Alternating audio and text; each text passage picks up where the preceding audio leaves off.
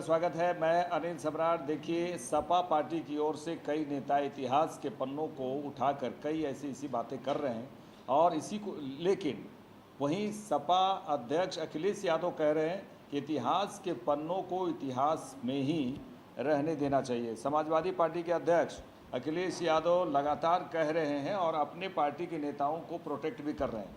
उन्होंने कहा कि मैं पार्टी में यही कहूँगा कि इतिहास से जुड़ा कोई सवाल नहीं करें, क्योंकि इतिहास में हर तरह की बातें होती है। सुनने में आ रहा है कि जब से रामजी लाल सुमन का बयान आया है, लोग इतिहास के पन्ने पलट रहे हैं, लोग इतिहास जानना चाहते हैं। मेरा कहना है कि अगर इतिहास की बातें हमें सकारात्मक दिशा न दे सके तो हमें इतिहास को इतिहास ही रहने देना चाहिए और उस पर चर्चा नहीं करनी चाहिए। मैंने उनका स्टेटमेंट नहीं सुना है, रामजी सुमन जी का भी स्टेटमेंट मैंने नहीं सुना है, लेकिन मैं पार्टी में कहूंगा कि कोई भी सवाल इतिहास से जुड़ा नहीं कहा जाए, क्योंकि कई बार इतिहास में न जाने कैसी कैसी बातें हैं। अभी सुनने में आ रहा है कि इतिहास के पन्ने लोग पलट रहे हैं। जब से रामजी सुमन जी ने कहा, आप देखिए गूगल पे, आप देखिए चैट जीपीटी पे, लोग जानना चाहते हैं इतिहास क्या है, तो इतिहास जानने लगे हैं लोग। मैं ये चाहता हूँ इतिहास की बातें अगर हमें अच्छा रास्ता न दिखा सकें, हमें कोई पॉजिटिव रास्ते पे न ले जा सकें, हमें सकारात्मक दिशा न दे सकें, तो इतिहास को इतिहास ही रहने देना चाहिए, इतिहास पे चर्चा नहीं करनी चाहिए। मैंने कहा इतिहास को इतिहास रहने दो। जो इतिहास हमें आपके बीच में खाई पैदा करे, उस इतिहास के बारे में नहीं जानना। अब मान लीजिए मीरा ने जो भजन गाया वो नुसरत फतेह अली खान ने गजल में गा दिया, तो कहाँ पकड़ोगे? नुसरत अली खान साहब को पकड़ोगे क्या, या मीरा जी को पकड़ोगे? तो इतिहास को रहने दो। तो ऐसे में क्या कहेंगे आप? मैं ये कहूंगा कि पार्टी के लोग कोई भी इतिहास की बातें न करें। समाजवादियों ने इतनी प्रोग्रेसिव काम किए, इतनी प्रोग्रेसिव बातें की हैं। डायल 100 है, किसान की आय दोगुनी है, नौजवान की नौकरी रोजगार है, आरक्षण है, हमारे अधिकार है, हमारा सम्मान नहीं हो रहा कहीं पर। वक्फ संशोधन विधेयक पर जम्मू कश्मीर के सीएम उमर अब्दुल्ला ने कहा है कि अब देखने वाली बात होगी कि सुप्रीम कोर्ट का क्या फैसला होता है। देखिए, उन्होंने कहा है कि यह वक्फ संशोधन विधेयक हमारी तरफ से नहीं लाया गया, यह केंद्र सरकार और संसद द्वारा पारित किया गया है।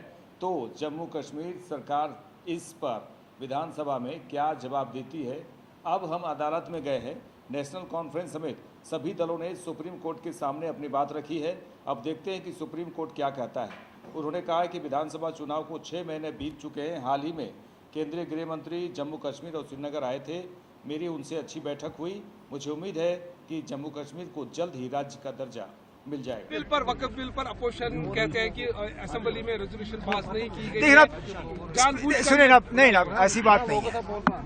स्पीकर साहब ने आखिरी दिन पे सारी बात जो है वो क्लियर कर दी। गलती शायद उस वक्त मेंबरों के तरफ से ये रही कि उन्होंने एडजर्नमेंट मोशन लाया। एडजर्नमेंट मोशन सिर्फ और सिर्फ जम्मू कश्मीर की हुकूमत के काम को लेके जो है एडजर्नमेंट मोशन लाया जाता है, क्योंकि उस वक्त हुकूमत को जवाब देना होता है।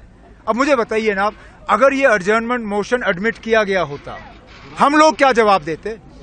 ये वक्फ बिल हमारे तरफ से नहीं लाया गया था, ये वक्फ बिल मरकज की हुकूमत और पार्लियामेंट से पास हुआ, तो जम्मू कश्मीर की हुकूमत इसमें क्या जवाब देती? अगर ये रेजोल्यूशन किसी और अंदाज में लाया गया होता या किसी और कानून के तहत लाया गया होता तो शायद इसको एडमिट किया जा सकता था। लेकिन चलिए, वो बात गई। अब हम अदालत गए हैं। सुप्रीम कोर्ट के सामने जो है मुख्तलिफ पार्टियों ने, जिसमें नेशनल कॉन्फ्रेंस ने भी अपनी बात जो है सुप्रीम कोर्ट के सामने रखी है। अब देखते हैं सुप्रीम कोर्ट का क्या फैसला आएगा इसमें।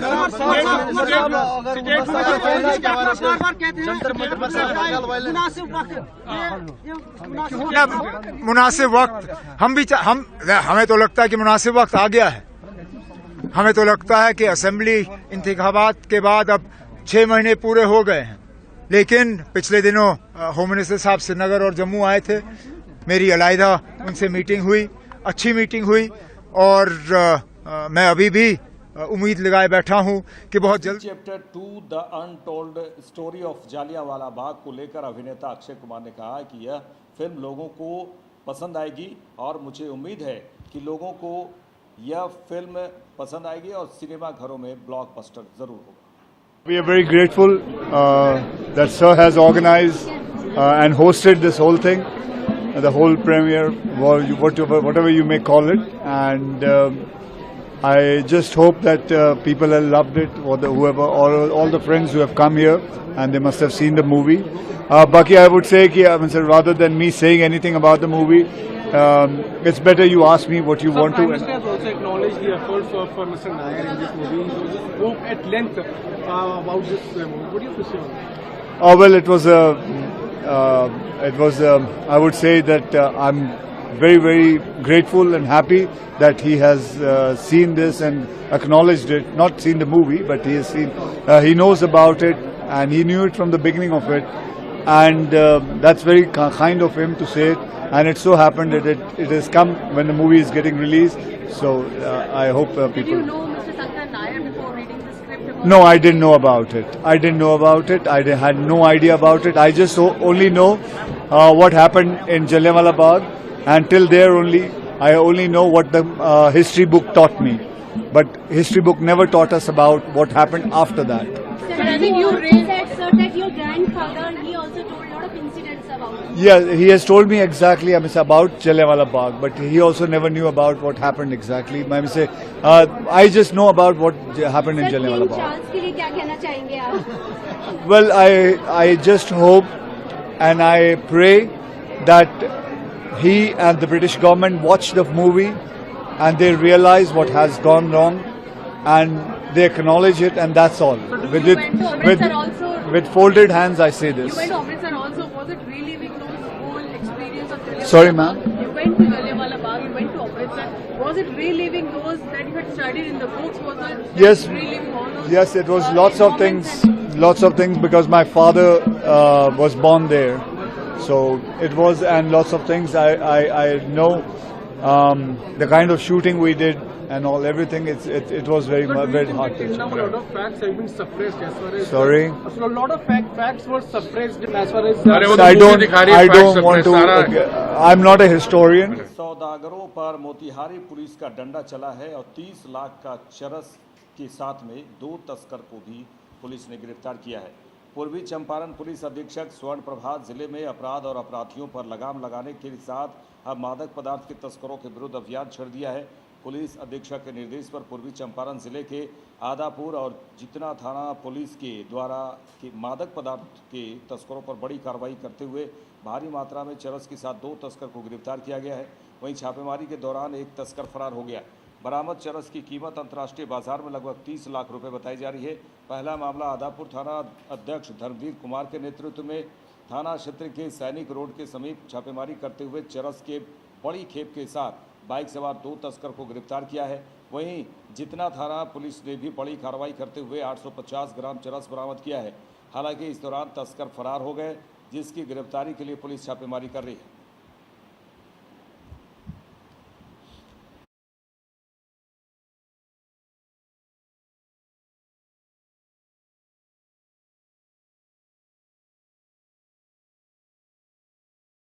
आगे बढ़ेंगे। चंपारण सत्याग्रह के 108 वर्ष पूरे होने पर मोतिहारी पहुंचे राज्यपाल आरिफ मोहम्मद खान मोतिहारी पहुंचे और उन्होंने कई बातें कही इस सम्मेलन में, और उन्होंने सम्मेलन का उद्घाटन भी किया। महात्मा गांधी के ऐतिहासिक चंपारण सत्याग्रह के 108 वर्ष पूर्ण होने के अवसर पर पूर्वी चंपारण जिले के मोतिहारी स्थित बापू सभागार में गांधी एवं किसान विषय पर सम्मेलन का आयोजन किया गया। इस संगोष्ठी का उद्घाटन बिहार के राज्यपाल आरिफ मोहम्मद खान, पूर्व केंद्रीय मंत्री राधा मोहन सिंह ने दीप प्रज्वलित कर किया। वहीं राज्यपाल ने मोतिहारी के ऐतिहासिक गांधी संग्रहालय चरखा पार्क का भी भ्रमण किया। वहां महात्मा गांधी से जुड़ी दुर्लभ वस्तुओं और दस्तावेजों को देखा। इस अवसर पर उन्होंने कहा, हमारा सौभाग्य है कि हम बापू की कर्मभूमि चंपारण आए हैं। यह धरती केवल ऐतिहासिक नहीं बल्कि प्रेरणादायक भी है। यह गांधी का तीर्थ स्थल है। यहाँ आकर स्वतंत्रता आंदोलन की स्मृतियां जीवंत होती है।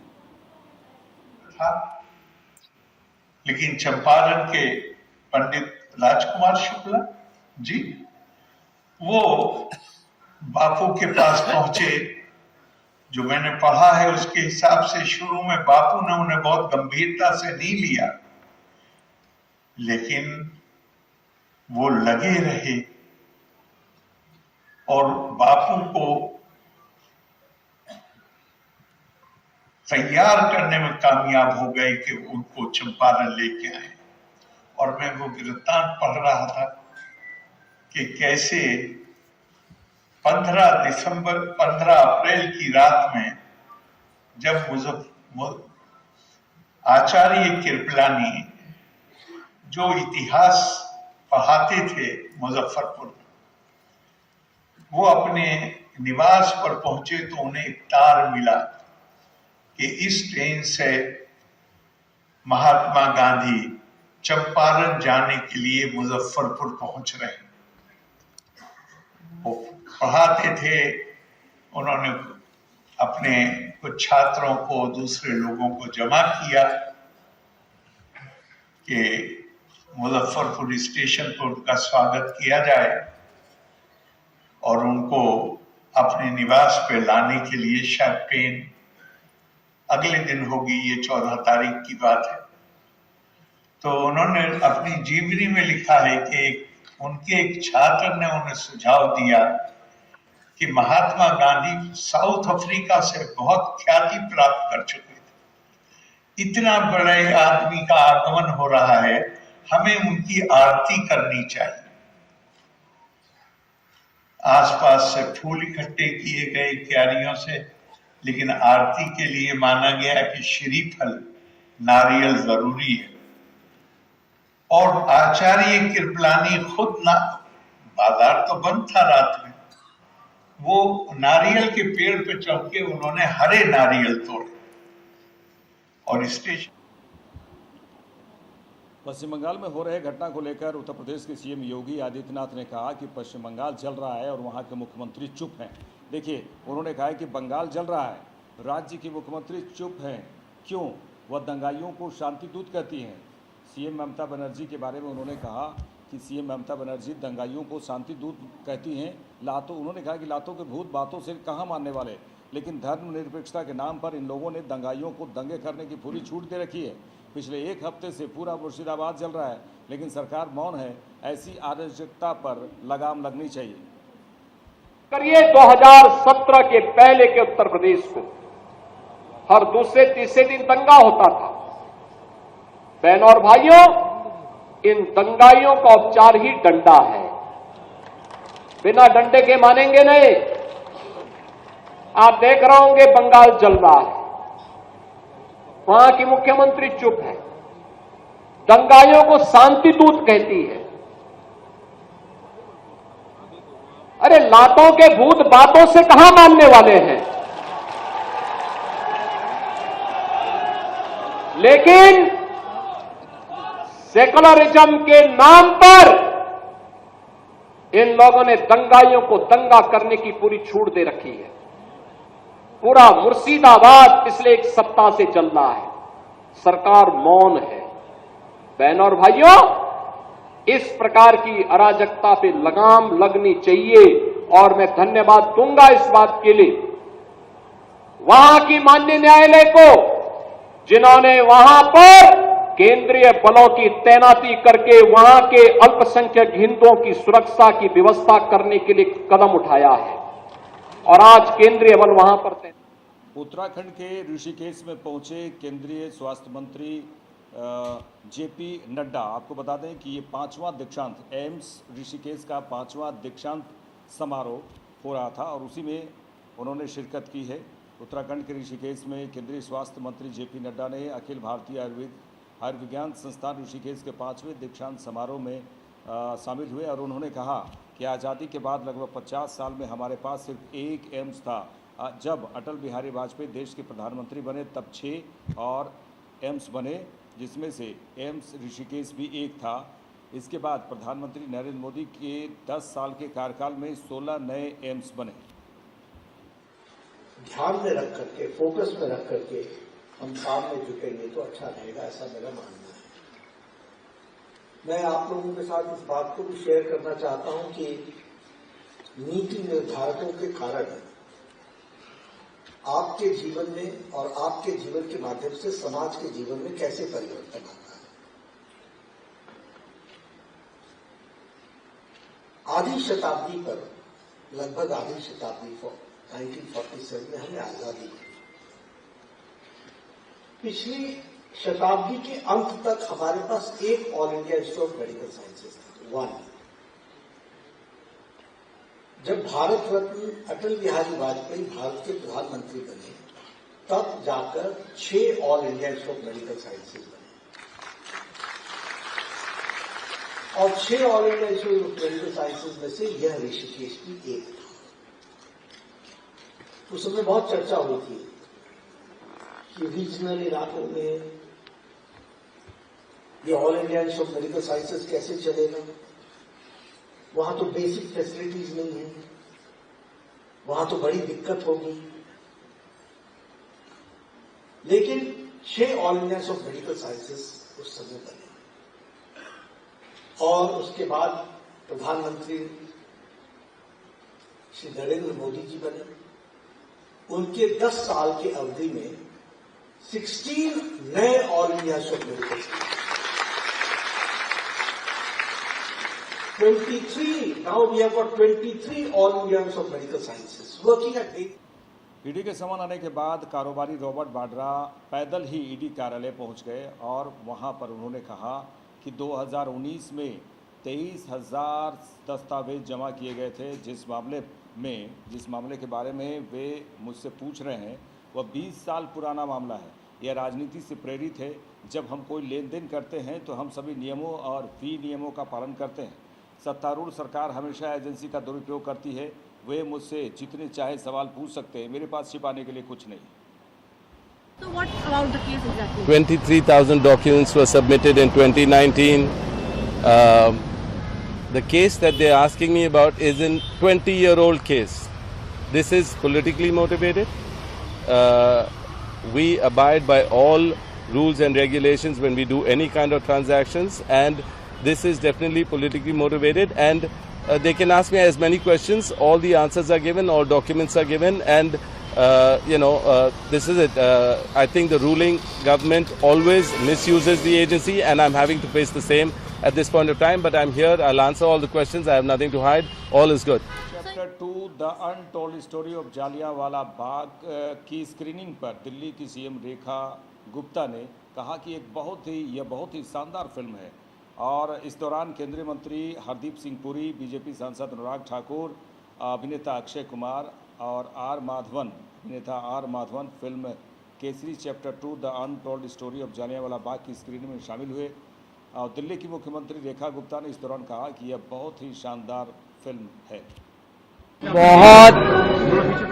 बहुत ही मार्वलस मूवी, थोड़ी देखी है अभी मैंने। I wish to see it again. मैं पूरा देखना चाहूंगी। और मैं अक्सर एक बात कहती हूं कि अपने देश के लिए, अपनी मातृभूमि के लिए मरने का मौका हमें जीवन में कभी नहीं मिलेगा। एक ही चीज हम कर सकते हैं कि अपने देश के लिए जीना शुरू करें। और इस मूवी ने जिस तरीके से देखते हुए रोंगटे खड़े करती है कि जलियांवाला बाग में उस दिन कैसे खूनी बैसाखी मनाई गई और देश की आजादी के लिए करोड़ों लोगों ने अपनी जान गंवा दी और इतिहास के पन्नों में कहीं गुम हो गए, उनका नाम तक हमें नहीं मालूम। और अब जबकि हम अपने आजाद देश में सांस ले पा रहे हैं, हम सबका फर्ज है कि अपने देश के लिए जीना शुरू करें, देश के लिए कुछ करना शुरू करें। और तन समर्पित, मन समर्पित और यह जीवन समर्पित, चाहती हूँ देश की धरती तुझे कुछ और भी दूं और भी। Thank you so much. I am very emotional.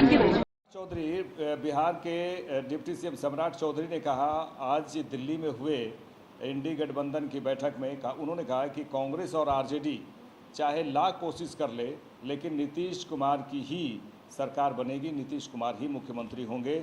UPA, उन्होंने ये भी कहा कि पूरा यूपीए, पूरा इंडी गठबंधन लड़ेगा, तब भी नीतीश कुमार ही बिहार के मुख्यमंत्री होंगे। आने वाले चुनाव में क्या चैलेंज आप मानते हैं? नहीं, कोई चैलेंज ही नहीं है। पूरा यूपीए, पूरा इंडी गठबंधन लड़ेगा, तब भी बिहार के मुख्यमंत्री नीतीश कुमार जी। देखिए, हम लोगों ने लक्ष्य तय किया है कि 15 अगस्त तक मेट्रो रेल को चालू किया जाएगा। आदरणीय प्रधानमंत्री जी से और मुख्यमंत्री जी से आग्रह करके इसका शुभारंभ कराने का काम। इस बुलेटिन में इतना ही। देश दुनिया के तमाम खबरों के लिए देखते रहिए लाइव इंडिया। नमस्कार।